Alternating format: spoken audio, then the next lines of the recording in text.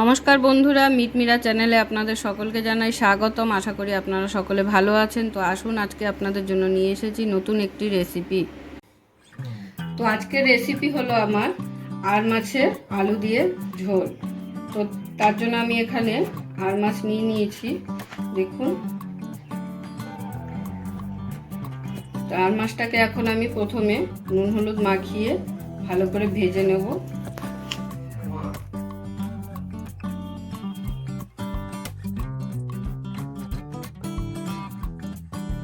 তো মাছটা ভাজার আগে আমি এখানে একটা মশলা রেডি করে নেব। তো সেটা হলো, আমি শুকনো কড়াইতে একটু গোটা জিরে আগে ভেজে তুলে নেব, তারপরে আমি মাছটা ভাজবো। কড়াই আমার গরম হয়ে গেছে। এই হাফ চামচের মতো গোটা জিরে আমি আগে শুকনো কড়াইতে ভেজে নেব।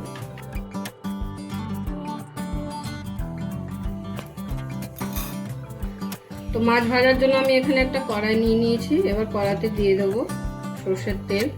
আমার তেল গরম হয়ে গেছে। এবার আমি মাছগুলোকে ভেজে নেব। এই মাছ খুবই ফাটে, তো ওর জন্য আমি একটা সেফটির জন্য এরকম সরা নিয়ে নিয়েছি। তো এবার আমি আর একটা মশলা রেডি করে নেবো একই সাথে। তো তার জন্য আমি এখানে গোটা জিরে নিয়ে নিচ্ছি 1 চামচ, আর দেব একটা তেজপাতা। তেজপাতাটা আমি ছিঁড়ে জলে ভিজিয়ে রেখেছিলাম। তো এটা আমি এখন গোটা জিরের সাথে বেটে নেব। আর আমার লঙ্কা আর আদাটা সবসময় যেহেতু বাটাই থাকে, রেডি করা থাকে, তো তার জন্য আমি এটা বাটবো না। এই মশলাটার সাথে এটাও যাবে, আদা আর লঙ্কা। তো আপনারা চাইলে একসাথে বেটেও নিতে পারেন।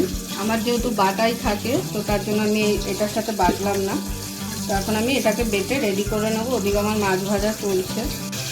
তো দেখুন, আমি জিরে আর তেজপাতাটা বেটে নিয়েছি পাটাতেই।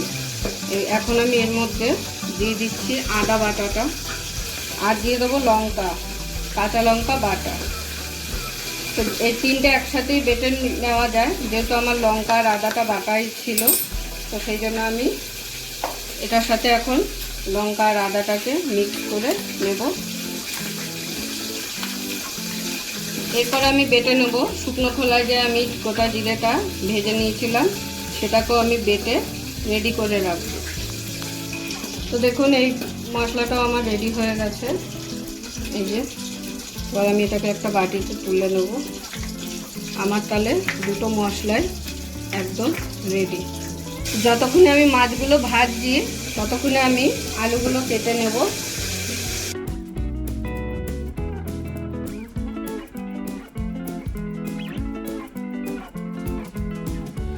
এই যে দেখুন, লম্বা লম্বা করে আলুগুলোকে ঠিক এইভাবে কেটে নেব।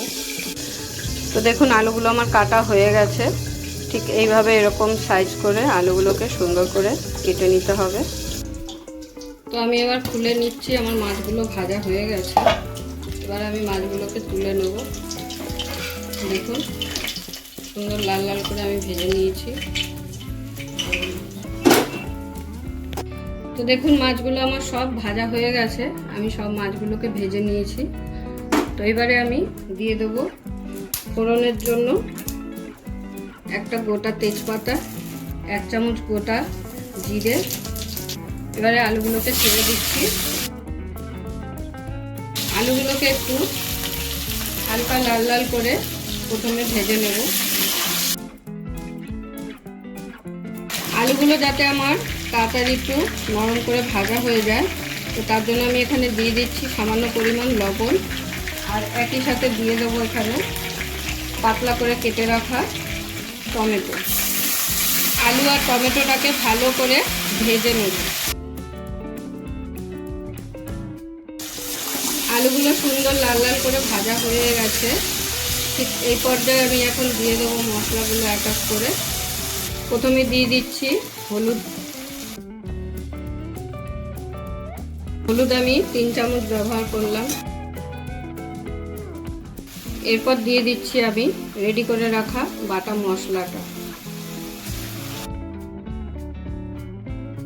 শুকনো লঙ্কা গুঁড়ো 2 চামচ দিলাম। আর একটু দিয়ে দিচ্ছি কালারের জন্য কাশ্মীরি লঙ্কা গুঁড়ো, এটাও আমি 2 চামচ দিলাম। এবার আমি মশলার বাটিটা ধুয়ে সামান্য পরিমাণ জল ব্যবহার করলাম। এখন আমি এই আলুগুলোকে মশলার সাথে ভালো করে কষিয়ে নেব। জল আমি ব্যবহার করছি। জলটা শুকিয়ে যখন আমার মশলা থেকে সুন্দর তেল বেরাবে, তার মানে বোঝা যাবে যে তখন আমার আলুগুলো ভালো কষে গেছে। কষানো মশলা দিয়ে ও আলু দিয়ে সুন্দর তেল বেরাতে শুরু করেছে, তো তার মানে আমার মশলাটা সুন্দর কষে এসেছে। ঠিক এই পর্যায়ে আমি এখানে ব্যবহার করব 1 চামচের মতো গরম মশলা।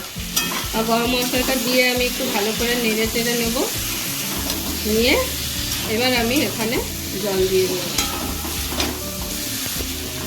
অনেকেই বলে শুনি যে আর মাছ নাকি পেঁয়াজ ছাড়া খাওয়া যায় না, তো সেই কারণেই আমার এই ভিডিওটি বানানো। তো আর মাছ এইভাবে আপনারা অবশ্যই একবার রান্না করে খেয়ে দেখবেন। আশা করি আপনাদের সকলের ভালো লাগবে। কোনো রকম কোনো গন্ধও ছাড়বে না মাছ থেকে। কষানো কমপ্লিট হয়ে গেছে। এবার আমি দিয়ে দিলাম জল। তো আমার মাছের ঝোল ফুটে উঠেছে। তো এই পর্যায়ে ঠিক আমি দিয়ে দেবো আমার ভেজে রাখা মাছগুলো। এই মাছের ঝোলটা কিন্তু খুব বেশি পাতলা করলে মোটেই খেতে স্বাদ লাগবে না, একটু কষা কষা টাইপের হবে। এবার আমি মাছগুলোকে ঝোলের সাথে একটু ভালো করে মিলিয়ে দেবো।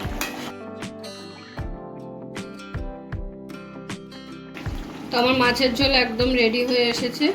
ঠিক এই পর্যায়ে আমি এখন দিয়ে দেব ভেজে রাখা গোটা জিরেটা, যেটা আমি বেটে নিয়েছিলাম। এবার এটাকে ভালো করে ঝোলের সাথে মিশিয়ে নেব সুন্দর করে। দেখুন ঝোলটা কিন্তু আমার একদম পাতলাও হয়নি আর একদম গাঢ়ও হয়ে যায়নি, সুন্দর একটু কষা কষা ভাব। এরকমভাবেই রান্নাটা করতে হবে, তবেই আর মাছ পেঁয়াজ রসুন ছাড়া ভালো লাগবে। আপনাদের যদি ভিডিওটা ভালো লেগে থাকে তাহলে অবশ্যই ভিডিওটা লাইক করবেন এবং এরকম আরও নতুন ভিডিও দেখার জন্য আমার চ্যানেলটা সাবস্ক্রাইব করে দেবেন। আর আপনাদের যদি কোনো প্রশ্ন থাকে অবশ্যই কমেন্ট করে জানাবেন। সকলে ভালো থাকবেন, সুস্থ থাকবেন।